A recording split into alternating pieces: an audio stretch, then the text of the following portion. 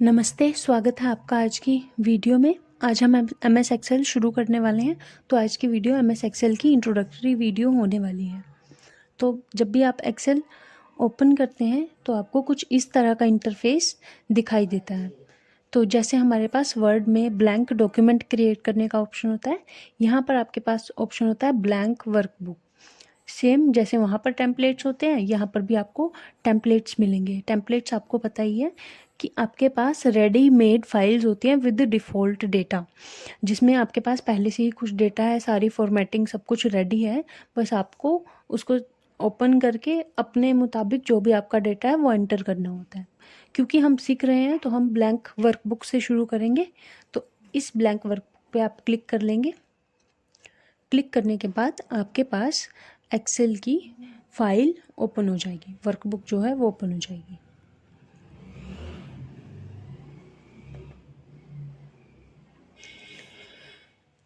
Workbook पर blank workbook पर click करने के बाद आपको कुछ इस तरह का इंटरफेस नज़र आएगा। तो सबसे पहले एम एस एक्सेल है किस लिए, हम क्यों यूज़ कर रहे हैं, तो मैं बिल्कुल आसान शब्दों में आपको बताऊंगी।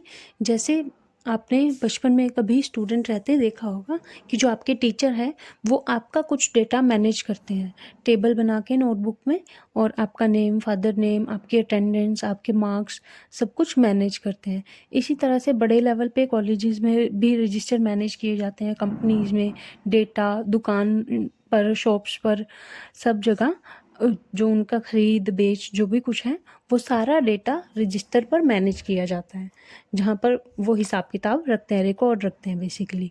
तो आप उसी चीज़ को अगर डिजिटल फॉर्मेट में रखना चाहेंगे तो उस डेटा को, रिकॉर्ड को रखने के लिए आपके पास हेल्पफुल सॉफ्टवेयर है, वो एम एस एक्सेल है।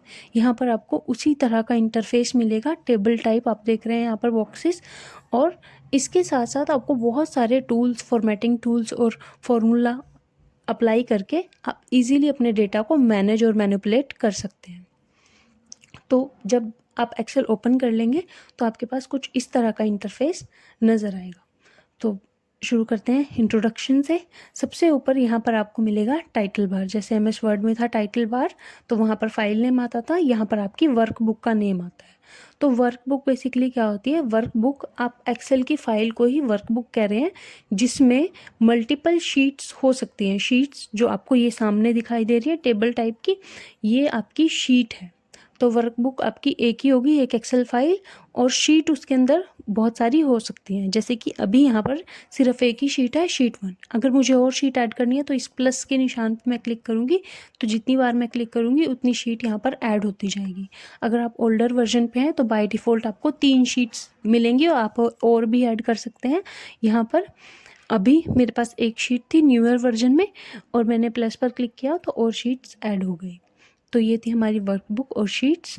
ये है हमारा टाइटल बार। बिल्कुल इसी के साथ में आपको मिलेगा quick access tool bar. Quick access tool bar में हमारी वो कमांड्स होती हैं जिनकी हमें जल्दी जल्दी फ्रिक्वेंटली ज़रूरत पड़ती है बेसिकली।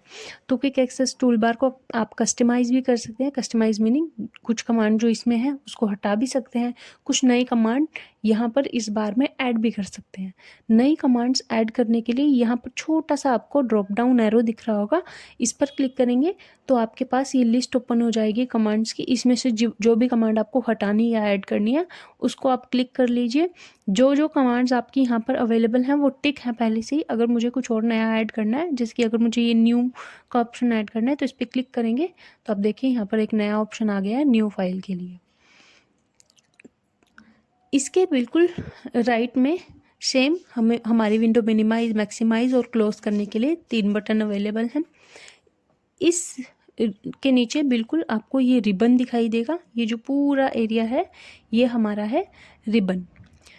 इस रिबन के सबसे टॉप पर आपको कुछ ऑप्शंस दिखाई देंगे: file, home, insert, page layout, formula, data, review, view. ये सब हैं हमारी टैब्स।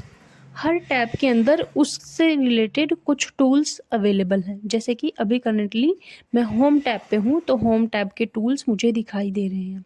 अगर मैं इंसर्ट पे क्लिक करती हूँ तो इंसर्ट के टूल्स मुझे नज़र आएंगे। हर टैब के अंदर टूल्स को एक ग्रुप में रखा गया है, ग्रुप में मैनेज करके रखा गया है। जैसे कि ये हमारा है फ़ॉन्ट ग्रुप, ये हमारा है फ़ॉन्ट ग्रुप। इसी तरह से ये हमारा है अलाइनमेंट ग्रुप। यहाँ पर है हमारा number group, style group, cell group, editing और सेंसिटिविटी। तो हर कमांड को ग्रुप के अंदर रखा गया है।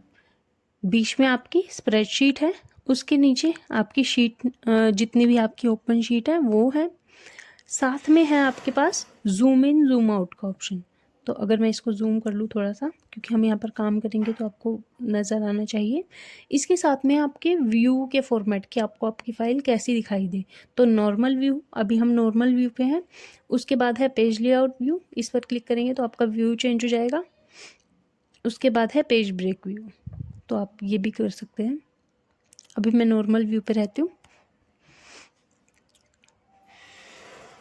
इसके बाद आप अपनी वर्कशीट को जब देख रहे हैं, इस शीट में आपको कुछ टेबल टाइप दिखाई दे रहा होगा।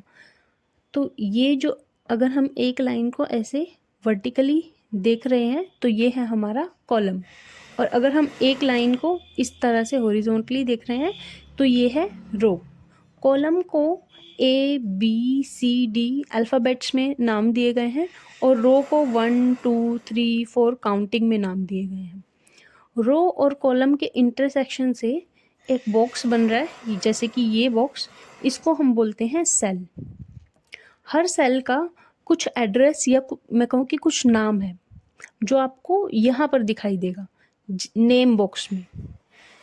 तो जिस सेल में हम अभी हैं वो हमारा एक्टिव सेल है। एक्टिव सेल जो हाईलाइट हो रखा है, जिस पर हमने क्लिक किया हुआ है, ये हमारा एक्टिव सेल है और जिसका नाम आपको यहाँ दिखाई देगा। तो नाम जिस कॉलम और रो के इंटरसेक्शन से वो सेल बना है वही उसका नाम है। जैसे कि अभी मैं B कॉलम में हूँ और थर्ड रो में, B कॉलम की थर्ड रो, तो ये बॉक्स बना, इसलिए इसका नाम B3 है। सबसे पहले कॉलम नेम, उसके बाद रो नेम। तो ये था आपका इंट्रोडक्शन एक्सेल की जो आपकी विंडो है उसका। आगे की वीडियोज़ में हम एक्सेल को और एक्सप्लोर करेंगे। Thank you. Make sure to subscribe the channel.